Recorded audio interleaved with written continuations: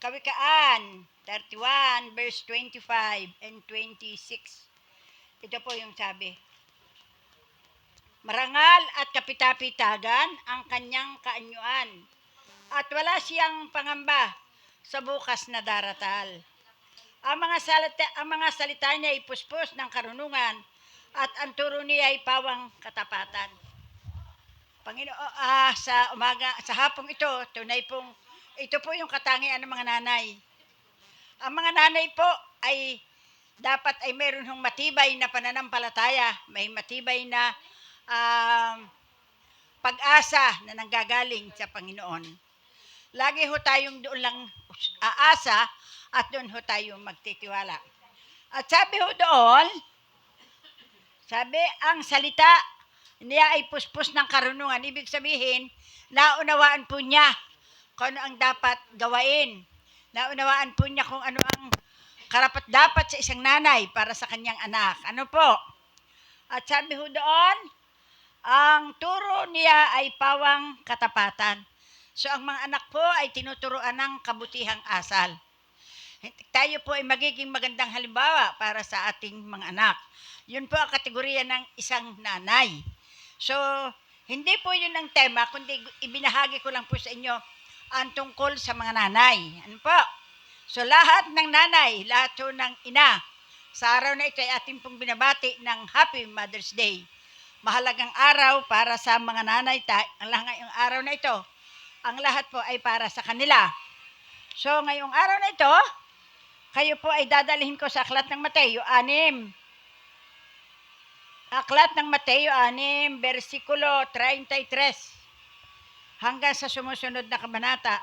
Ang pahina po nito'y 8. Sabi doon, ngunit higit sa lahat ay bigyang halaga ninyo ang kaharian ng Diyos, ang pamumuhay ng ayon sa kanyang kalooban, at ibibigay niya sa inyo ang lahat ng mga bagay na ito. Kaya nga, huwag ninyong alalahanin ang bukas, sapagkat ang bukas ang mag-aalaala sa sarili ninyo, sapat ang inyong mga suliranin sa bawat araw. Ang Diyos po ang magpala ng pagkabasa ng kanyang salita. Yuko tayo at manalangin. Panginoon, salamat po ngayong hapon. Salamat po sa iyong walang hanggang pag-ibig at pagmamahal. Salamat po, Panginoon. Salamat, dakilang Diyos, na may magandang balita ka na dala sa bawat isang naririto, Panginoon. Dalangin ko po, Panginoon, sa hapong ito ang iyo pong malayang pagkilos ng iyong Santong Espiritu sa aming buhay, Panginoon. Pagpalain mo kami at ingatan, tulungan at turuan ang dapat naming gawin. Salamat po sa pangalan ni Jesus. Amen and amen. Ang pamagat po ng ating pag-aaralan, Kingdom of God, kaharian ng Diyos. Pag sinabi pong kaharian ng Diyos, ito po ay si Kristong ating Panginoon. Ano po ba ang kaharian ng Diyos sa pagkaalam ninyo? Ang sabi ho dito sa Mateo 6:33, ang sabi doon, ngunit higit sa lahat, bigyang halaga ninyo ang kaharian ng Diyos at ang pamumuhay ng ayon sa kalooban at ibibigay niya sa inyo ang lahat ng mga bagay na ito. Ngunit bigyan ninyo ng halaga, kapatid, at iniibig ko sa Panginoon, marami na hong pagkakataon, binasa, napakinggan ang tungkol sa kaharian ng Diyos. Pero hanggang ngayon, hindi pa ho tayo nakakausad. Hanggang ngayon, nandyan pa rin tayo. Lagi pa rin pong kailangang ipaalaala, kailangang sabihin, ang atin hong unahin ay kaharian ng Diyos. Bakit po sinasabi ito? Ito pong kaharian ng Diyos, ito po yung pinakabuod, ito po yung pinakapuno ng lahat po ng ating pananampalataya. Kapatid, lagi ko pong sinasabi at huwag po nating kalilimutan na pinakamahalaga po na gawin natin yung nais ng Panginoon para sa ating buhay. Unahin natin muna siya bago tayo gumawa ng iba pa. Nasa palagay natin, tama, si Kristo muna ang ating unahin. Kapag siya po'y nasa atin, kapag tayo po'y nasa Kanya, kapatid, tayo po'y nakakasigurado na mayroon po tayong katiyakan na mula po sa Panginoon. Mga kapatid, at iniibig ko sa Panginoon, Masama ho ang tamad. Ayaw po ng Panginoon ng tamad. Pero masama din naman po. Kumbaga, sobra-sobra ang ating sipag. Bakit? Pag sobra ang sipag, nakakalimutan na natin ang kaharian ng Diyos. Katulad po ngayon, araw ng linggo. Ang 7 araw, ang 1 linggo, 6 ay iyo, ang 7 ay sa Panginoon. 3:00 ng hapon. Nasaan ka ngayong 3:00 ng hapon? Salamat, nandito kayo. Nasaan yung iba? Tayo po minsan nakukuha ng mga pansamantala. Alam mo ninyo yung pansamantala? Ngayon ay parang masarap na ganito ang gawin ko. Pansamantala po yun. Pero yung pangwalang hanggan, nakalimutan na po natin. Ang pangwalang hanggan ay sundin ang kalooban ng Diyos. Sundin ang kanyang kaharian, kapatid. Pag ang kanyang kaharian ang ating sinunod, mawawalan tayo ng panahon sa mga pansamantala. Wala pong masama na mawalan tayo ng pansamantala. Ang huwag lamang pong mawala ay ang pangwalang hanggan. Pag pansamantala, ginugugol mo ang oras sa mga walang kwentang bagay. Ginugugol mo ang oras sa ikaw ang naaliw, pero ang Panginoon nakalimutan mo. Di po ba ngayon, masarap maligo sa dagat? Pagkaalsa mo, pag nakapagbanlaw ka, mamaya, mainit na naman. No. Habang nasa dagat ka, masaya ka. Pero, ang saya mo ay hindi po panghabang panahon. Ang saya mo ay hindi pang kapayapaan. Ang saya mo ay pansamantala. Kung may problema ka, kung may iniisip ka, at mayroon dapat mangyari, ay dapat sundin mo ang kalooban ng Diyos. Tayo po'y binigyan ng laya ng Panginoon na makapagtrabaho. Kaya nga may gabi at may araw. Ang araw ipagtrabaho mo. Pero yun namang gabi, ibigay mo naman sa Panginoon kung kailangan na ikaw ay mamit ng Panginoon sa gabing yon. Ano po? Mayroon po tayong mga pamantayan na kailangan ito ang nasusunod. Pag ito po'y hindi nasusunod, hindi mo sinusunod ang kaharian ng Diyos. Ang sabi po dito, ngunit higit sa lahat, ay bigyang halaga ninyo ang kaharian ng Diyos at ang pamumuhay na ayon sa kanyang kalooban. Tingnan nyo, may ipinangako ho ang Diyos at ibibigay niya sa inyo ang lahat ng bagay, ang lahat ng mga bagay na ito. Ano ba yung kailangan natin araw-araw? Kailangan natin ng pagkain, kailangan natin ng damit, kailangan natin ng lakas. Kaya ba itong ibigay ng mundo? Hindi po. Ay sabi mo naman, ay oo, ay kung may pera ako, di ako bibili ng damit. Di ba? Kung may pera ako, bibili ako ng pagkain. May pera Itong perang ito, pansamantala lamang. Pero kung ang pera mo ay ipagpapalit mo lang sa kaharian ng Diyos, kapatid, mauubos ang pera mo. Mawawala ng halaga ang lahat. Tingnan ninyo, pag nagkasakit ka at hindi na kayang lunasan, ang pinakadulo, kamatayan. Ang kamatayang ito, wala ka ng buhay na walang hanggan dahil hindi mo namang ginawa yung kaharian ng Diyos na sundan mo, nasa impyerno ka pa.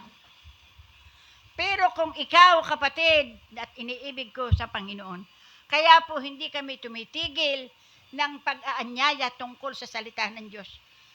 Dahil ang kaligtasan po ay libreng ibinibigay ng Panginoon.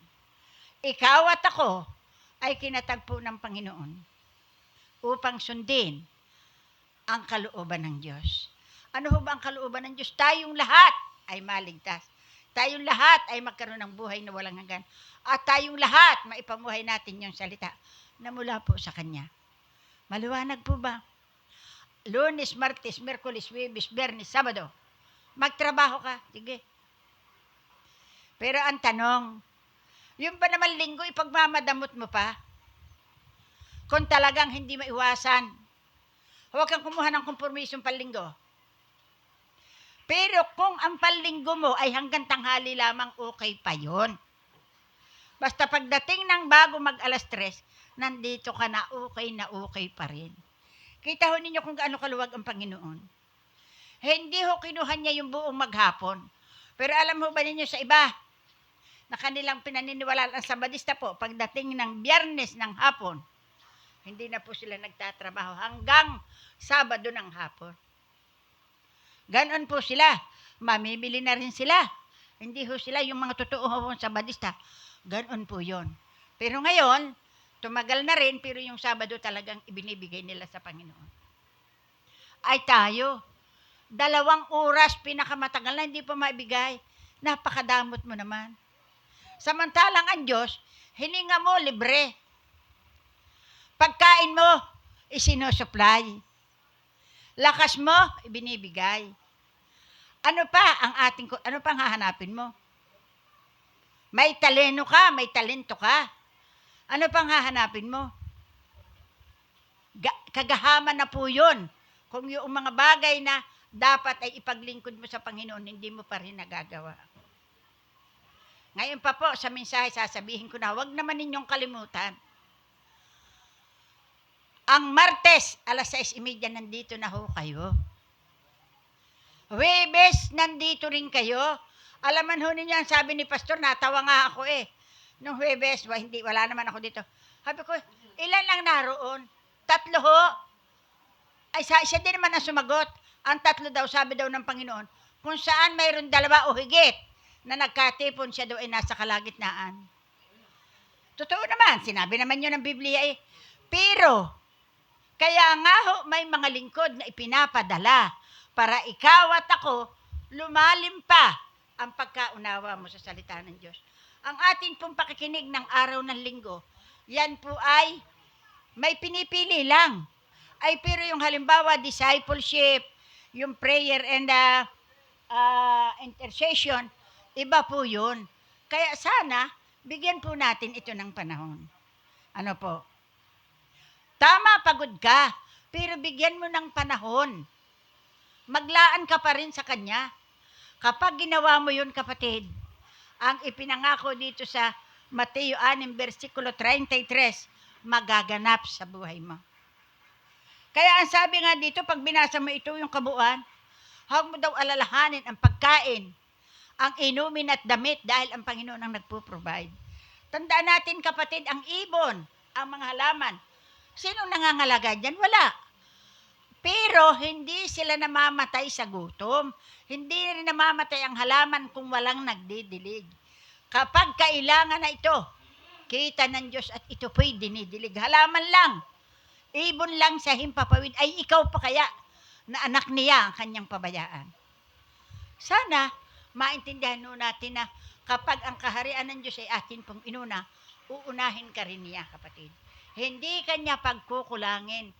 Pwedeng dagdagan pa, kaya nga ang sabi po, ang Panginoon po ay multiplication, hindi po division, hindi po subtraction. May 3 klase. Ang multiplication, pagpapadami. Ang division, paghihiwa-hiwalay. Ang subtraction, pagbabawas. Wala po doon ang Diyos. Siya po'y naroon sa multiplication. Kaya saan ka? Nasa division? Nasa subtraction? Saan ka naroon? Siyempre, pag pumili ka, pipiliin mo multiplication. Diba? Sa bahangginan nga ng isda, hindi ka papayag na hindi mapunta sa iyo yung ulo dahil yun ang gusto mo Diba? Ay pagdating sa biyaya, gusto mo ikaw pa rin ang manguna. Ay ano naman, ginawa mo? Wala. Pero naroon pa rin po ang Diyos para ikaw ay tulungan at damayan, kapatid. Ano ang dapat gawin? Unahin mo ang kaharian ng Diyos. Ang kaharian ng Diyos ay ito yung magpapalalim, ito yung magpapatibay ng ating buhay pananampalataya. Ang sabi ho doon sa Lucas 17, versikulo 20 at 21,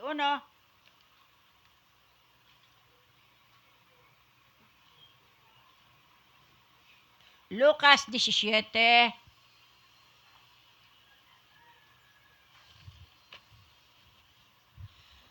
17, versikulo 20 at 21.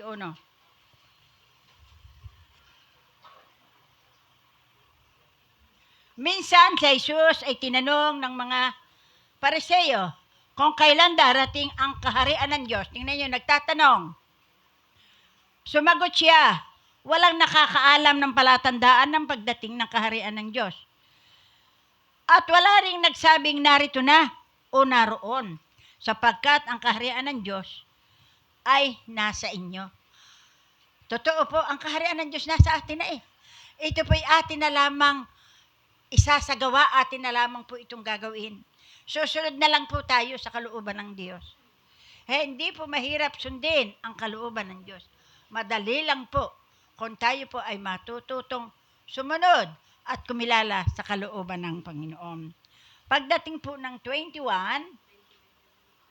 ayun, at wala ring nagsabing narito na ako una roon, kaya't sapagkat ang kaharian ng Diyos ay nasa inyo.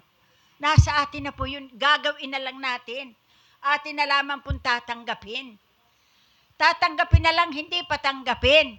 Ayan ang tatanggapin natin, ang maling turo. Huwag po nating ipagpalit ang Panginoon sa mga bagay na wala pong mga kabuluhan. Minsan lang po tayong mabubuhay sa buhay na sa mundong ito. At ang sunod po ay kamatayan, pagkatapos ng kamatayan, paghuhukom. Kapatid, sabi pa din ho sa Roma 14,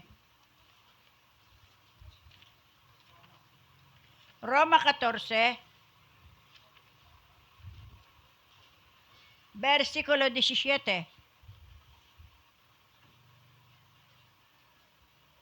Sapagkat ang paghahari ng Diyos ay hindi, tingnan ninyo ha, hindi tungkol sa pagkain o inumin. Ito ay tungkol sa matuwid na pamumuhay, kapayapaan at kagalakan ang ipinagkaloob ng Espiritu Santo. Kapatid, napakalinaw.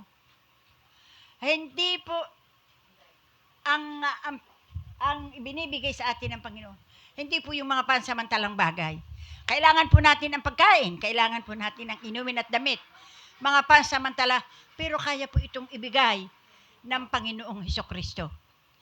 Ang unang-una pong ibinigay sa atin ay kapayapaan, kagalakan, katiyakan, sa pamagitan ng banal na Espiritu ng Diyos. Kapatid, sana ito po'y ating bulayin, atin pong hanapin. Paano ba natin magagawa ito? Napakadali lang naman po. Ang paggawa po ng kalooban ng Diyos, tayo po'y susunod sa kanyang mga utos. Ano po ba ang utos ng Diyos? Matuto tayong mag-aral ng salita ng Diyos. Matuto tayong umawit sa kalooban ng Diyos. Matuto tayong magbasa at higit sa lahat, sumunod sa kanyang mga utos at salita. 4 na bagay lang. Mahirap ba ho ito? Hindi po ito katulad ng batas noon sa lumang tipan.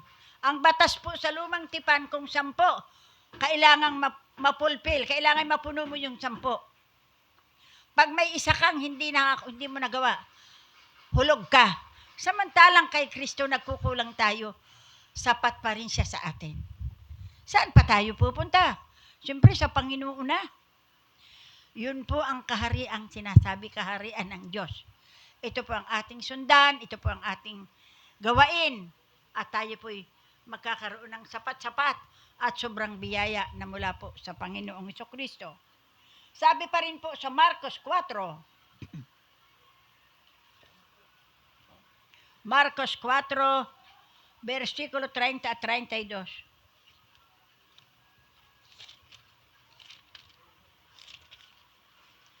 Marcos 4, 30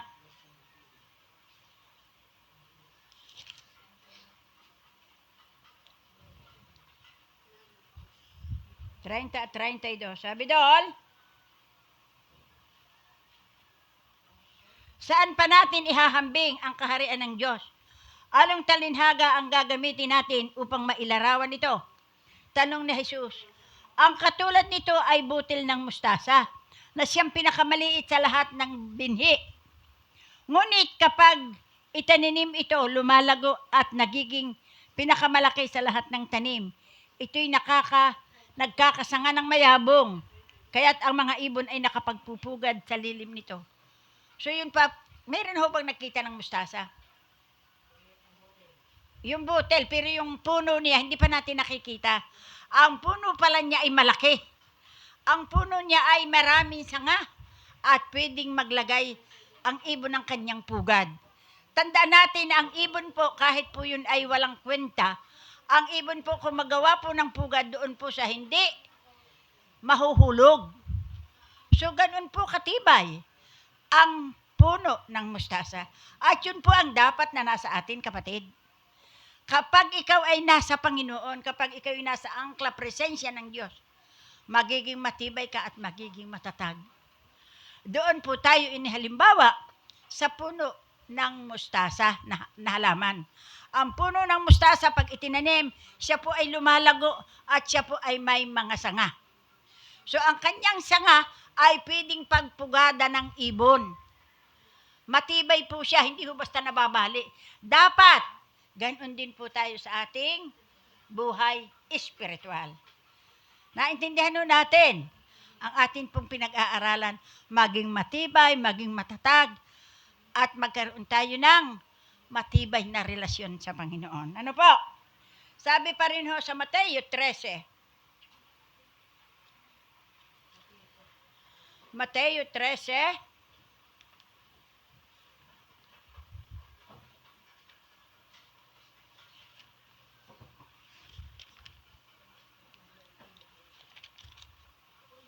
Mateo 13, versikulo 44 and 46.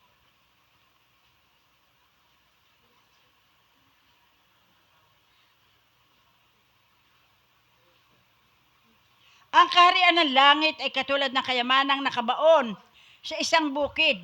Nahukay ito ng isang tao, ngunit agad itong tinabunan. Tuwang-tuwa siya at umalis at ibininta ang lahat ng kanyang ari-arian upang bilhin ang bukid na iyon. Kapatid, mahalaga po ang sinasabi dito. Ang bukid na yun po ay ang Panginoon po yun. Kapag narinig na natin yung salita ng Diyos, huwag na po tayong magdalawang isip. Tanggapin na po natin, isa puso at isa buhay, ang salita ng Diyos, mga kapatid. Ang salita po ng Diyos ay mabisa. Natandaan natin, di ba, pinasaulo ko ito sa inyo noon? Higit pa ito sa magkabilay talim. Ito'y tumutusok sa pinaghiwalayan ng buto at espiritu. At nakatataho ng iniisip ng tao. Kapatid, ganon po ang salita ng Diyos. Ngayon, kung ang salita ng Diyos ay nandito sa atin, naiipamuhay natin, di ba tayo po'y magiging matatag, tayo po'y magiging matibay, at tayo po'y magiging kagamit-gamit sa kaharian ng Diyos. Kapatid, napakahalaga po. Kita ninyo, saan inihalin tulad? Sa isang perlas. Alam mo ba niyong perlas? Yan po ay mahal pagka ikay bumili. Sa totoong buhay, naalala ko noong ako po ay nagtitinda pa ng mga paninda para sa mga dayuhan. May dayuhan ho na naghahanap ng isang butil na perlas. Mayroon hong isang Muslim na alam po niya kung alin yung pinakamahal na perlas. Alam ho ba ninyo kung magkano ang halaga ng isang maliit lang? Parang kasimbuti laang ng malaki-laki ho sa bigas. Ang halaga po noon ay nagkakahalaga na ho noon ng 600,000. Kaya hong bilhin ng dayuhan yung halagang yun dahil ang sabi niya, ito ay napakahalaga. Ito ay pinakamahal sa kanila. Pero itong taong ito, na siya po ay Muslim, hindi po siya nakapaglabas ng ganun kagaling na perlas. So, ganun din po yung salita ng Diyos. Ang salita ng Diyos kapag umusbong sa ating puso, ito po ay nakapagpapabago sa ating pagkatao. Ikaw na dati ay pasaway, ikaw na dati ay garito, ikaw na dati sinungaling, ikaw dati ay isinusuka ng lipunan, binago ka sa pamamagitan ng salita ng Diyos. At yan po ang ating nasain. Paano mo makukuha? Magsaliksi ka. Hanapin mo ang kaharian ng Diyos. Kapag nakita mo, huwag mo na siyang bitiwan. Magpatuloy ka, magbasa ka, mag-aral, makinig, umawit. Isabuhay ang kanyang salita. Huwag ho natin tingnan ang salita ng Diyos o ang Biblia o ang simbahan ay daan para tayo ay lumayo. Hindi po. Kapag ikaw ay nasa puno, tandaan mo, dumating man ang pagsubok, dumating man ang unos at lahat, mananatili ka pa rin nakatayo dahil hawak ka ng puno. At sino ang puno? Si Kristo pong ating Panginoon. Maliwanag po ba? Naiintindihan natin ang tungkol sa salita ng Diyos. Ang tungkol sa kaharian ng Diyos. Sana, hindi ho tayo nakikinig lang na hindi naman natin naiisabuhay. Dapat po ito'y ating isasabuhay. Ano pa po yung isasabi po sa Daniel 2, versikulo 44.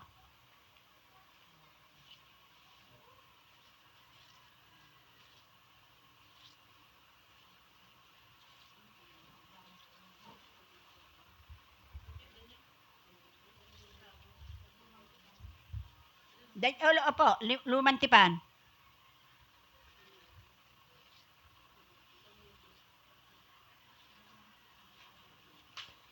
Daniel 2, versikulo 44. 44. Ito po'y tungkol sa panaginip. Ito sa 44.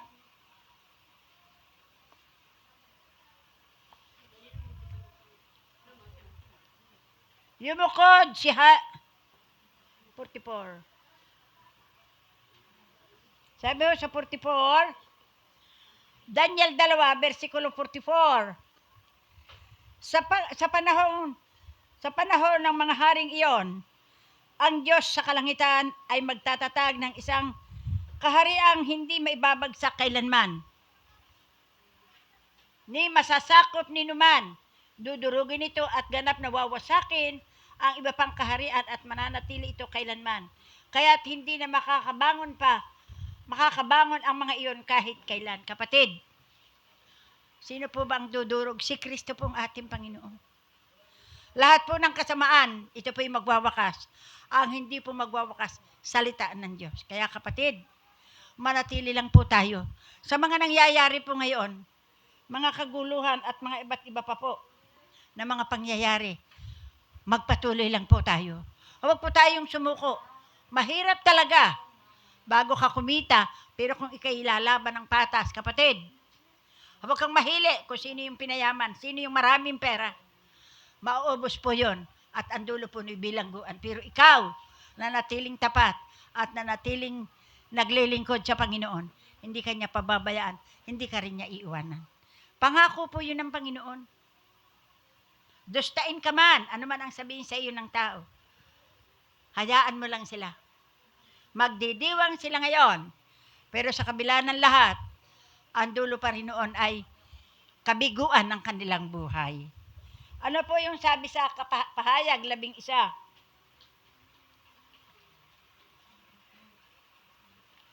Pahayag 11, versikulo 15. Pagkatapos ay hinipan ng ikapitong anghel ang kanyang trompeta at sa langit at may malakas na tinig na nagsabi, ang paghahari sa sanlibutan ay paghahari ng inang ating Panginoon at kay Kristo maghahari siya magpakailanman. Ayun na po. Sino po ang maghahari sa katapusan? Si Kristo po ang ating Panginoon.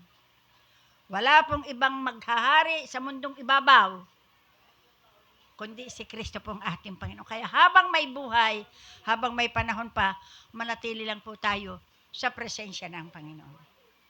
Kapatid at iniibig ko sa Panginoon, sana naintindihan natin, huwag po nating ipagwalang bahala ang pagtawag ng Panginoon sa atin. Kung tayo po'y tinatawag, magpagamit po tayo sa Panginoon. Kung nais mong maranasan na ikaw ay wala pero magkakaroon, sumunod ka lang sa plano at layunin ng Diyos. Sabi po sa Jeremiah 29 verse 11, for I know the plan I have for you, a plan to prosper you, not to harm you, to give you hope in future. Yan po ay pangako ng Diyos. Maganda po ang plano niya. At makikita mo lang ito sa buhay mo kung susundin mo ang kanyang mga dakilang utos. Yuko tayo at manalangin. Panginoon, salamat po ngayong hapon. Salamat sa iyong pagmamahal, sa iyong kabutihan. Salamat, Panginoon, na may isang Diyos na nangungusap at nagbibigay